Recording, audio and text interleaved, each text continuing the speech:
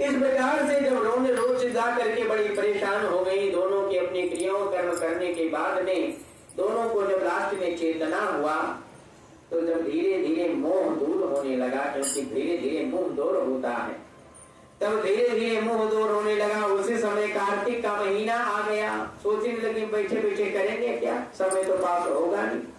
अब जो होना था वो तो हो ही गया, अब क्योंकि जो हमारे हाथ में नहीं उसे हम पकड़ करके बैठ सकते नहीं।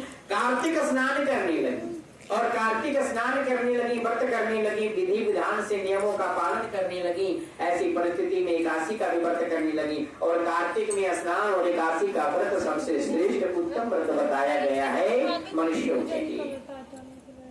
ऐसी भगवान की पूजा पाठ करने लगी, रात्रि में जागरण करने लगी, प्रातः काल स्नान करके वो क्या करें, अब कुछ करने के लिए रहा नहीं। सुबह उठे, नहाए धोए, मंदिर में पहुंच जाए, जा करके झाड़ू पोछा करें, भगवान का दरबार सजाए, एक प्रकार से जो भी उनसे बन पड़ता था अपने हिसाब से क्रियाएं करने लगी।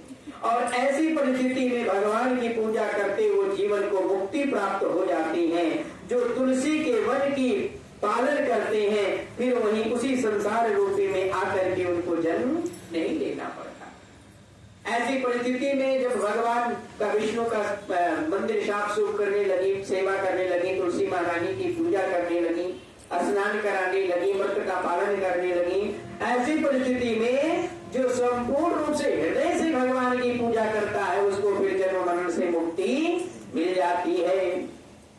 ऐसे गुणवती गंगा स्नान करके अवतराएं, गंगा जी में प्रवेश करते साथ ही उनकी अपने देह कांपने लगी, क्योंकि शरीर तो जर्जर हो गई थी, क्योंकि दुख में शरीर जर्जर हो जाती है। कुछ समय व्यक्ति तो हिम्मत लड़ा करके किसी तरीके से कर रही थी, लेकिन जब प्रातः काल, जब कार्तिक खत्म हुआ, प्रातः काल गंगा जी में स्नान करने गई, वही शरीर कांपने लगी ठंड के मारे, वहीं पे वो खत्म हो गए।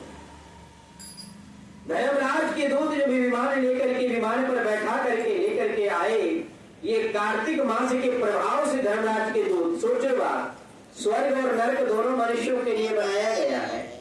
जैसे यहाँ भी मंदिर भी बनाई गई है, धर्मशाला भी बनाया गया है, तो जेल भी बनाया गया है। अब तुम्हारे ऊपर डिपेंड करता है कि तुम जेल में जाना चाहते हो या मंदिर, धर्मशाला, गुरुद्वारे में जाना चाहते हो। दोनों जगह दोनों व्यवस्थाएं हैं। उसी प्रकार से स्वर्ग भी बनाया गया है और नरक भी बनाया गया। अब आपके हाथ में है कि आप कहां और किस रास्ता चुनना चाहते हैं। ऐसी परिस्थिति में जब आप खत्म हो गई इसके प्रभाव से, फिर जब द्वापर में ब्रह्मादि आदि देवताओं ने प्रार्थना करके हमें पृथ्वी पर बुलाया। कृष्ण भगवान ने कहा जब द्वापर में हमारा जन्म हुआ तो आपके उसी पुण्य प्रभाव से जाकर के आपका सतभामा के रूप में जन्म हुआ। और आपके पूजा, चूंकि आप पूजा कर रही थी तो पति को ही परमेश्वर मान रही, परमेश्वर को ही अपना पति स्वरूप मान रही थी, इसीलिए हम इस जन्म में तुम्हें पति के रूप में प्राप्त हुए हो। श्री गोविंद भगवान की। इसीलिए इतना कथा सुन करके कार्तिक का व्रत का प्रभाव से ही तुमने सारे जन्म जन्मांतर के पापों को नष्ट कर लिया और वृक्ष की पालन, तुलसी वृक्ष का पालन किया, अपने आंगन में कल्प वृक्ष लगवा लिया, दिन दोपहर हर प्रकार भगवान की त्याग तपस्या करती रहती थी। इसी कारण से, क्योंकि कहते हैं कि मनुष्यों को धन बल बुद्धि विवेक ज्ञान, इतना कुछ भी में से कोई एक भी चीज हो, नेम, आपके पास धन नहीं है तो आपके पास शरीर है, सेवा कर सकते हो, वो भी सबसे बड़ी तपस्या।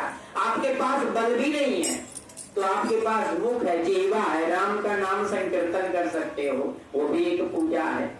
व्रत कर सकते हो, वो भी एक पूजा। यानी 8 प्रकार 9 प्रकार की नवधा भक्ति मनुष्य के कल्याण के लिए बताई गई है। आगे ऐसे जैसे कथा आएगी नवधा भक्ति के बारे में भी चर्चा किया जाएगा।